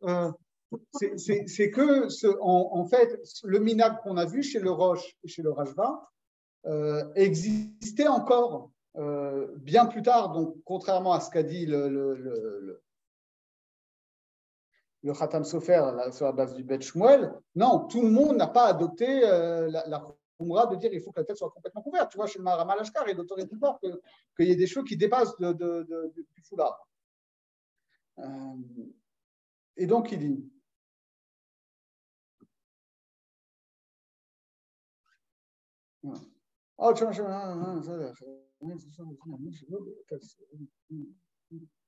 Omnam, mais par contre, si on regarde dans le Zohar, on voit chez Al-Kol Shum Hut Se'ara Hachmir chez Gorem Miskenot Vedalut ou Megadelot Banim Ra'im Sha'are. Ah ouais, c'est le Zohar. Le Zohar, c'est toujours. C'est ça qui est dur, c'est que le Zohar, parce que justement, dans la logique de Ta'am et Mitzvot, s'il y a quelque chose qui est interdit, c'est interdit, bon, ok, c'est interdit, on peut trouver. Si c'est interdit, c'est un truc qui remonte à des trucs, à des réalités divines extrêmement hautes. Et donc, si tu commences à contredire ça, ça va provoquer des catastrophes cosmologiques, etc. Et en particulier, pour tout ce qui va concerner, parce que les symboles principaux du Zohar, c'est d'une part tout ce qui va relever du genre et du rapport sexuel, etc., masculin, féminin, l'union, donc tout ça, c'est hyper important dans le Zohar. Et par ailleurs, tout ce qui touche aux cheveux et aux poils de la barbe, etc. Ça, c'est un grand truc. Non, c'est passionnant, mais c'est-à-dire qu'on va, toutes les parties les plus difficiles du Zohar, ça va décrire les différents visages divins et comment en réalité ces différents visages divins nous apparaissent de manière canalisée et que les cheveux, les péotes, les poils de la barbe, les cheveux de la femme, etc., sont des choses qui vont canaliser l'influx divin vers les mondes inférieurs pour pas qu'on soit submergé par l'influx. Et donc, le Zohar développe beaucoup cette idée-là que finalement, les cheveux sont des restrictions des lumières, que chez l'homme, ils doivent être rasés sauf les péotes. C'est pour ça que vous allez voir des chassidim qui ont le crâne rasé sauf les péotes. Et que chez les femmes, au contraire, il faut que les cheveux restent longs, mais qui doivent être couverts. Parce que l'influx qui vient au niveau divin de ce qui correspond aux cheveux de la femme, c'est nécessaire au maintien du monde, mais ça doit être masqué. Donc les sectes type Satmar, en fait. C'est un gros problème. Gros problème de ce que font certains groupes chassidiques où les femmes ont le crâne rasé. Ça, c'est complètement contre le Zohar. Pour le Zohar, il faut que la femme elle ait les cheveux longs, mais il faut qu'ils soient couverts. Enfin, longs. Pas rasés, en tout cas. Et donc, pour le Zohar, c'est hyper important. Et donc, lui, il dit, tu vois bien que dans le Zohar, il n'y a pas de compromis possible de laisser dépasser même un seul cheveu. Il dit ça. Parce que Shum Hut Seara, aucune fibre de cheveux, parce que sinon, ça provoque la pauvreté et la misère, et on élève des fils qui sont mauvais, et il y a plein d'horreurs qui arrivent. Mikol Makom, Kevan chez les filles, Perouche, Aruch, El Mashma Beshaz, Ota Shura. Il dit, mais c'est vrai que il y a Maharam al-Ashkar, sans regarder dans le Zohar, sa logique, elle se tient.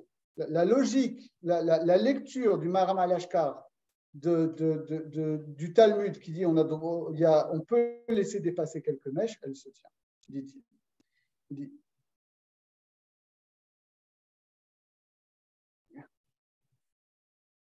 Mashma Beshaz, אם כן, כל אחד דפליג הזוהר, אם עכשיו ההלכה כתלמודה וידן. Il dit, donc c'est vrai que maintenant, si on revient au Radbaz qu'on a cité, quand il y a une marloquette entre le Talmud et le Zohar, la halakha, elle est comme le Talmud. C'est ce qu'on a vu chez le Radbaz. Ici, ce que dit le Khatam Sofer, c'est pas contrairement à ce qu'on raconte souvent, c'est pas un fou furieux du tout, le Khatam Sofer. C'est quelqu'un qui est rigoureux. Après, qui a ses principes, mais il raconte pas n'importe quoi. Okay, il connaît ses classiques et il dit oui, effectivement, ce que dit le Maharam al-Ashkar qu'on peut laisser dépasser quelques mèches, c'est conforme à l'avis du Talmud, c'est une lecture qui est légitime.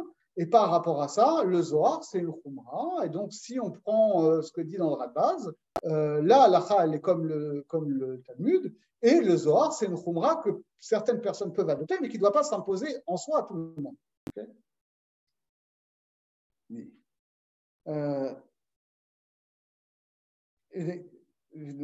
Et donc, le Maharam al-Ashkar, cité par Khadonser, dit même des femmes qui viennent de pays chrétiens et qui vont dans des pays d'islam et qui n'avaient pas l'habitude qui avaient l'habitude de se couvrir entièrement la tête, elles ne sont pas obligées de garder ce minag, dit-il, quand elles viennent en pays d'islam, parce que, pour le coup, ça, ce n'est pas un minag général.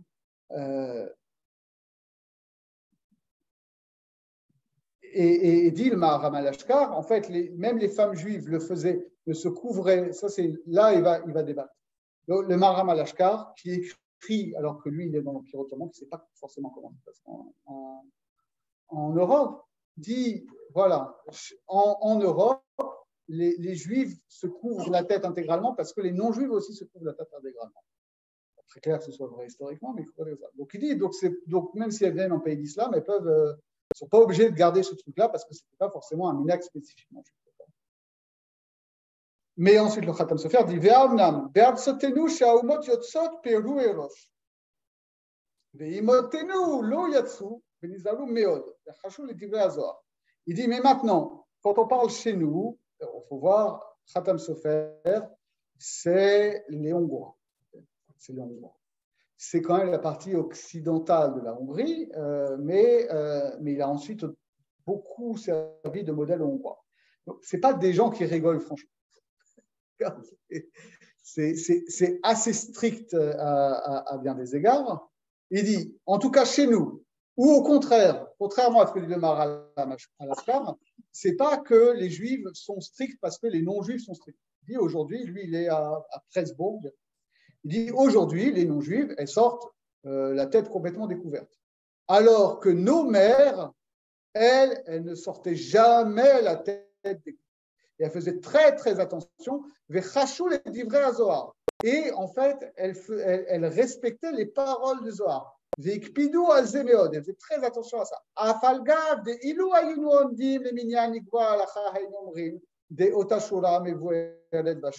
Et puis,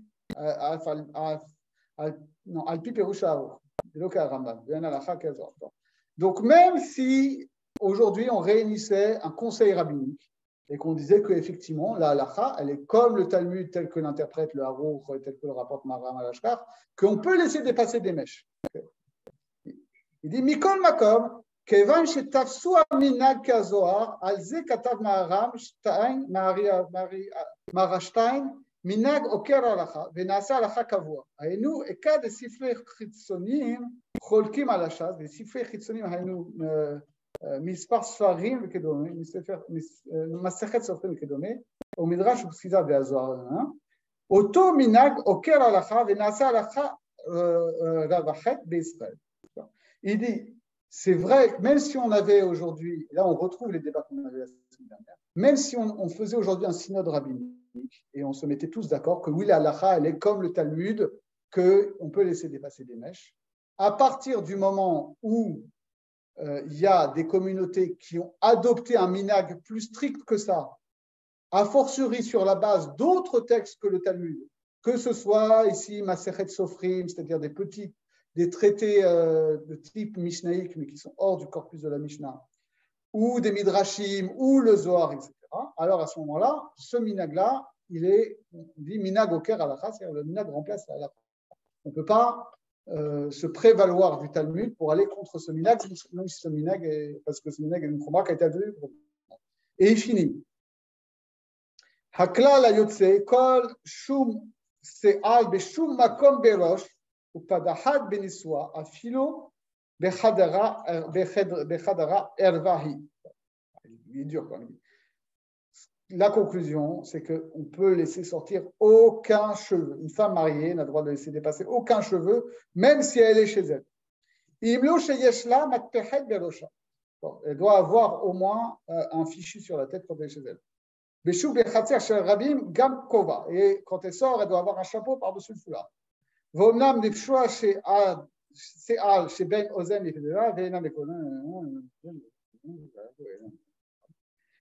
Mais c'est vrai que les mèches sur le côté, ça, c'est moins grave. Mais dans nos pays où le minhag suit le Zohar, alors c'est ça qui prévaut. Donc il y a quand même une dimension locale. Ouais. On reconnaît qu'il y a une dimension. Oui, il reconnaît ça.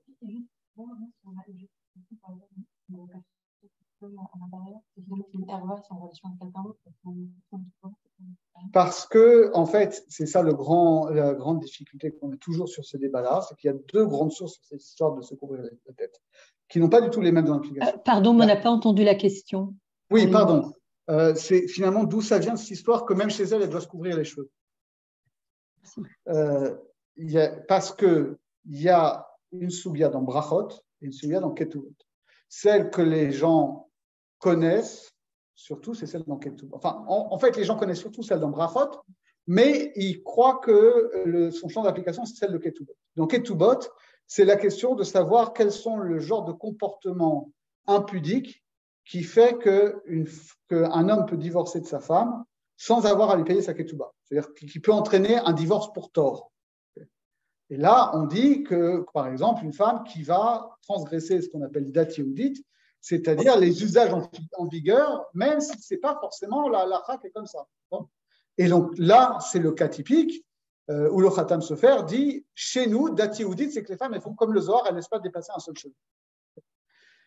Maintenant, dans Brachot, où là, on parle de la notion de herva, on parle d'un cas dans le cadre privé, où une femme qui laisserait ses cheveux découverts, alors qu'ils sont normalement couverts, son mari ne peut pas, chez lui, réciter le schéma devant sa femme qui est découverte. D'accord ? C'est-à-dire, aujourd'hui, par exemple, les femmes n'ont pas l'habitude de se couvrir la tête, même dans la rue, donc il faut se chez soi. Donc, comme le dit déjà le Rosh Hashanah, on peut le regretter, mais en tout cas, un mari peut réciter le schéma. C'est lui qui dit on peut le regretter, hein.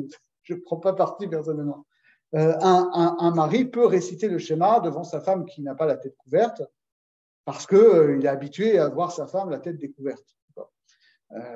Mais par contre, c'est sûr qu'il ne peut pas faire le schéma si sa femme elle est en culotte soutien-gorge. Ça paraît évident. Okay. Donc c'est ça l'idée. Mais donc on voit bien ici chez le Khatam Sofer qu'il y avait des en tout cas lui il utilise ces arguments-là, qu'il y a des choses qui étaient des chumrot kabbalistiques qui sont devenus des usages communautaires et qui donc deviennent la halakha. Oui. Non, j'étais surprise qu'ils ne ramènent pas Kimchit. Je n'ai plus la référence exacte, mais c'est. Celle qui dit. Je me coupe tout le temps les cheveux chez moi, et du coup, j'ai eu le mérite incroyable d'avoir. Enfin, en fait, techniquement, c'est les Chachamim qui viennent d'avoir en lui disant comment tu as fait, tous tes enfants, ils ont été Kohen Gadol, ou remplaçant du Kohen Gadol, sinon ça veut dire qu'ils sont tous morts. Et elle dit, bah moi, mon grand mérite, c'est que les poutres du plafond ne voient pas mes cheveux. C'est là de répondre, écoute, il y a plein de femmes qui font ça et elles n'ont pas forcément un mérite tel que le tien. Mais je l'ai déjà retrouvé pas mal de fois par la suite en disant, bah, du coup, les femmes peuvent se couvrir intégralement tout le temps. Et donc, pour répondre à ta question, Sophie, ça serait pas lié au regard de quelqu'un d'autre. Oui, à ce sujet-là, je crois que c'était Raphaël et Manon qui ont fait ça. Mais... Ah ouais. Non, c'est pas Rachel. Il y a eu des sources contemporaines qui ont essayé de déduire des trucs de Rachel Minou, mais pour le coup, c'est très, très faible en termes de rigueur à l'arc. Alors que là, on voit que bon, c'est le Khatam Sofer, mais c'est rigoureux, quoi. Voilà, il y a un débat. C'est vrai qu'on peut lire le Talmud de manière moins stricte, qu'il y a des sources orales qui sont plus strictes, qu'il y a un minhag qui est établi, et que donc, ce minhag-là, à force de loi. Mais c'est un minhag kabbalistique. Et donc, c'est intéressant parce qu'on voit ici, et c'est le cas dans plein d'autres choses, où les minhagim kabbalistiques sont des khumrot, sont devenus la norme. Oui.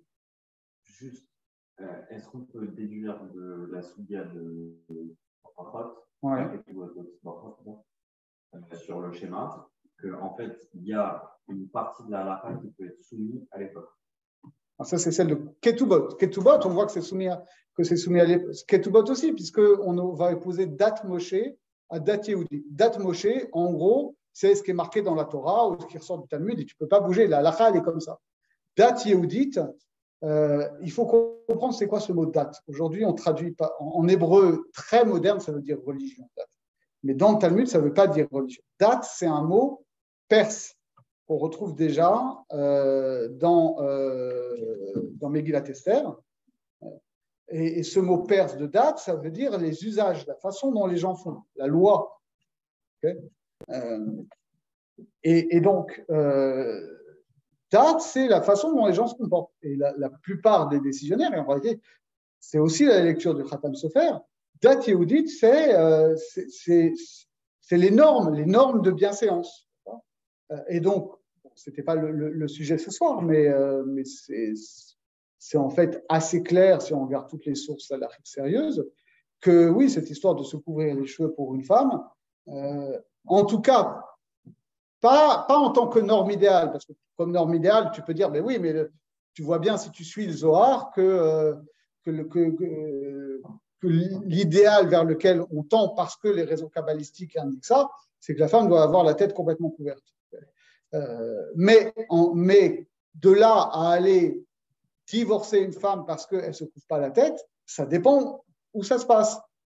C'est sûr que si tu habites à Mea Shearim, à Baté Hungarin, toutes les femmes elles sont couvertes comme ça, avec le boudin, avec le foulard, plus le machin et tout, et que tout d'un coup, Rochele, elle sort avec les cheveux teints en rose, c'est sûr que c'est un problème. C'est que la nana, elle est en train de tout envoyer balader.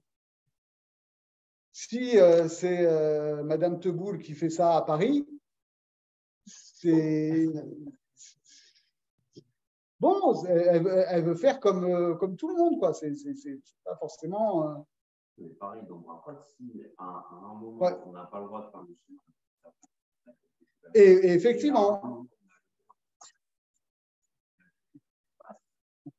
Et effectivement, même dans Brachot, on voit bien, mais c'est vrai que c'est plus visible dans le Tubot, mais même dans Brachot, c'est soumis à des conditions sociologiques. C'est-à-dire que si une femme, elle a... Alors après, il faudrait voir la souya, parce qu'on utilise ce terme de herva de partie érotique, mais on voit bien qu'il y a des parties qui sont soumises à variations sociologiques comme les cheveux, et on pourrait imaginer d'autres parties du corps aussi, et on peut imaginer qu'il y a d'autres parties qui sont intrinsèquement herva, les parties intimes, machin, etc.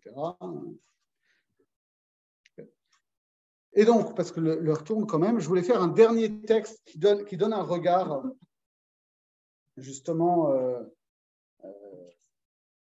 kabbalistique sur cette notion-là, c'est-à-dire comment ça se fait qu'on passe on va dire du XVIe siècle, où on dit attention, les khumrot kabbalistiques, c'est vraiment une démarche individuelle pour des initiés, il ne faut pas imposer ça aux gens, etc., à un XIXe siècle où ces choses-là sont devenues des nouvelles normes, que ce soit dans les communautés chassidiques en particulier, mais on le voit ici dans des communautés comme celle du Khatam Sofer, ou dans les communautés séfarades, etc., etc. Alors, il y a un texte qui est un peu caché à un endroit où on ne l'attendrait pas, mais qui est très intéressant. C'est dans le Shem Agdolim du Chida, de Rabbi Chaim Yosef David Azoulay. Le Shem Agdolim, c'est un grand ouvrage de bibliographie, c'est-à-dire c'est un dictionnaire des auteurs et des œuvres de la tradition juive. Le Chida, c'était un halachiste et un kabbaliste et un bibliophile qui vivait dans les années, dans la deuxième moitié du XVIIIe siècle, qui voyageait beaucoup parce qu'il allait chercher de l'argent pour la yeshiva de Hebron en particulier. Et a priori, il ne rapportait pas beaucoup d'argent à la maison parce que déjà, comme il devait passer de pays en pays, à chaque fois, il y avait des droits de péage et des droits de comment on appelle ça? De douane, mais il y a droit d'aubaine. Le droit d'aubaine, c'est les impôts que doivent payer les gens qui n'habitent pas dans le pays. Comme en plus, il s'intéressait beaucoup aux livres, alors il achetait des livres au passage, etc. Mais il a fait des tonnes de livres et il a fait ce Shem Agdolim qui est un répertoire des œuvres et des auteurs. Et à l'entrée, Rabbi Eliezer Baral Sefer HaRokea. Donc c'est une entrée sur Rabbi Eliezer, l'un des grands auteurs des Chassidés Ashkenaz. Donc un auteur pas forcément kabbalistique, mais un auteur de littérature ésotérique, pareil donc, du côté Ashkenaz au XIIIe siècle. Et donc, où est-ce que c'est il dit comme ça. Il pose la question, je vous fais peut-être très très rapidement.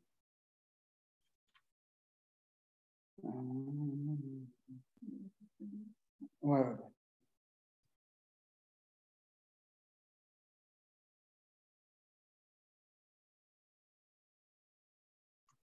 Où est-ce que je vais En gros, la question qu'il pose, il dit voilà, on voit dans cette littérature des Chassidés Ashkenaz plein de minagim ascétiques, plein de chumrot, et ça n'a pas été reçu, ça n'a pas eu d'influence en halakha. Mais qu'on voit que à partir du Zohar, et surtout à partir du Harizal, les textes ésotériques se sont de plus en plus répandus et que ces textes-là contiennent beaucoup de chumrot et que ces chumrot sont rentrés dans la halakha. Il dit comment ça se fait bon, je ne vais pas faire tout le texte parce que c'est un peu long. Mais en gros, ce qu'il explique, et c'est très intéressant, il dit il y a des raisons métahistoriques à ça. C'est que la logique, d'un point de vue kabbalistique, à quoi ça sert les mitzvot? Ça sert à faire un tikkun. C'est-à-dire qu'il y a eu, avant la création du monde, une sorte de brisure originelle du réel qui était voulue par Dieu, que le monde matériel a été construit par Dieu à partir des fragments de cette brisure originelle, que la réparation n'a pas été faite complètement, pour laisser à l'homme la tâche, en pratiquant les mitzvot, de faire le tikkun de cette brisure originelle, de réparer le monde pour l'amener à sa perfection. Et que, malheureusement, l'histoire du monde est ponctuée de moments où il y a un tikkun, construit le Beth Amikdash par exemple, et où les hommes fautent, et donc ils endommagent encore plus, et donc on retombe dans une brisure encore plus grande, etc. Et ce qu'il explique, c'est que, en gros, après la destruction du deuxième Beth Amikdash, il y a eu un décret divin que que de toute façon, le tikkun total ne pouvait pas advenir avant 1000 ans. Et que donc en réalité, l'homme était impuissant pendant les 1000 premières années après la destruction du Beth Amikdash. Et que donc, ça servait à rien en fait qu'il fasse les mitzvot. C'est ça qui est fou. C'est-à-dire que les mitzvot qu'il a faites dans cette époque-là, dans ce millénaire de désespoir et d'impuissance humaine, les mitzvot n'avaient aucun effet positif. Et que donc, le Talmud qui est écrit au début de cette période-là n'a pas donné en quelque sorte la vraie halakha.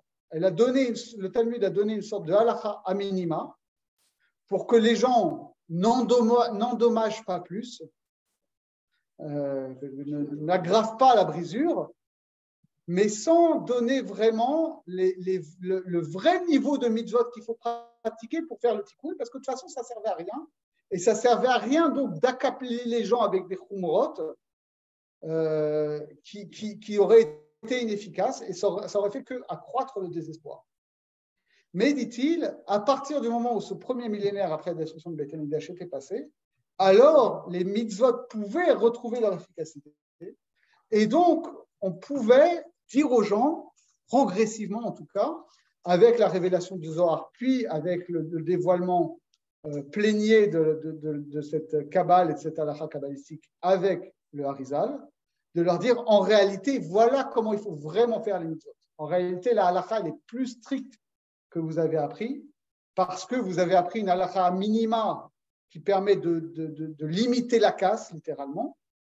Mais maintenant qu'on est engagé dans un cycle de positivité, qu'il est possible de vraiment réparer le monde et de faire advenir l'ère messianique, alors la halakha, elle doit être pratiquée de manière plus stricte. Et c'est ce que l'on voit aussi dans... Bon, c'est un langage très kabbalistique, c'est une vision kabbalistique de l'histoire que justement l'homme, en pratiquant les mitzvot, est moteur de l'histoire. C'est vraiment une vision kabbalistique de l'histoire, ce n'est pas la vision classique. Mais ce n'est pas qu'une vision théorique, c'est-à-dire que c'est aussi une interprétation de qu'est-ce qui s'est passé dans l'histoire juive. C'est-à-dire que c'est vrai que, comme on l'a vu à travers les textes, à partir du XIIIe siècle, XIVe siècle, on a cette émergence d'un discours kabbalistique qui enjoint, et en fait c'est aussi le cas avec les Chassidés Ashkénazes, qui invite certains initiés à s'engager dans une voie de progrès spirituel, d'ascèse, de discipline ascétique pour se rapprocher, qui est une démarche individualiste, quelque part. Qu'ensuite, ça s'est vraiment développé au XVIe siècle avec la diffusion beaucoup plus large de la Kabbale, où il y a de plus en plus d'individus qui se sont engagés dans de telles démarches spirituelles, au point que, à l'époque du Chida, parce que le Chida, c'est un contemporain du chassidisme, et à son époque, en Eretz Israël, il y a un mouvement analogue, c'est-à-dire où il y a des grandes yeshivot kabbalistiques qui se mettent en place, qui fonctionnent en réalité comme des monastères, c'est-à-dire que c'est des gens qui sont à la yeshiva à étudier les textes kabbalistiques, à pratiquer la prière kabbalistique pendant des heures et des heures, qui ne rentrent chez eux que à Shabbat. Donc c'est vraiment, voilà. Et avant ça, dans les siècles précédents, vous aviez des confréries qui se mettaient en place. Donc il y a un mouvement de fond historique dans le judaïsme, comme ça, de pratiques piétistes, ascétiques, de confréries spirituelles qui se sont affirmées de plus en plus à travers l'histoire, et que, en plus, comme en témoigne le Khatan Sofer, de la même manière que le Radbaz témoignait qu'à son époque, les conduites piétistes de certains kabbalistes, comme le fait d'enlever les films à Moussaf, étaient imités par les gens de la communauté sans savoir forcément pourquoi. Là, on a un mouvement à une échelle beaucoup plus vaste que les gens qui adoptent ce type de pratique tendent à former des confréries, voire des communautés dans les communautés, et que ça rejaillit aussi sur les gens qui sont à l'extérieur de la communauté. Et c'est en réalité ce qu'on voit jusqu'à aujourd'hui, d'accord? C'est-à-dire que vous avez d'un côté des institutions communautaires qui disent, voilà, qui disent, la halakha, elle est comme ci, comme ça, et si vous faites ça, vous êtes un bon juif, et on ne vous en demande pas plus. Et vous avez, à l'intérieur de ce cadre communautaire général, diverses mouvances, que ce soit des mouvances yeshiviches, que ce soit des mouvances chassidiques, que ce soit Chabad, que ce soit Breslev, que ce soit un tel, ou des mouvances kabbalistiques côté séfarade, qui enjoignent d'aller plus loin dans la prichout, telle que l'a défini Ramban, dans la pratique des mitzvot, dans l'engagement à fond dans l'étude, etc. Ça a des avatars modernes, mais en soi, ce n'est pas un mouvement qui est nouveau. Et donc, ce qu'il faut retirer de tout le parcours qu'on a fait ces 2 dernières semaines, c'est que ce n'est pas du tout illégitime, c'est logique, ça fait partie de la dynamique interne de la Torah, en fait.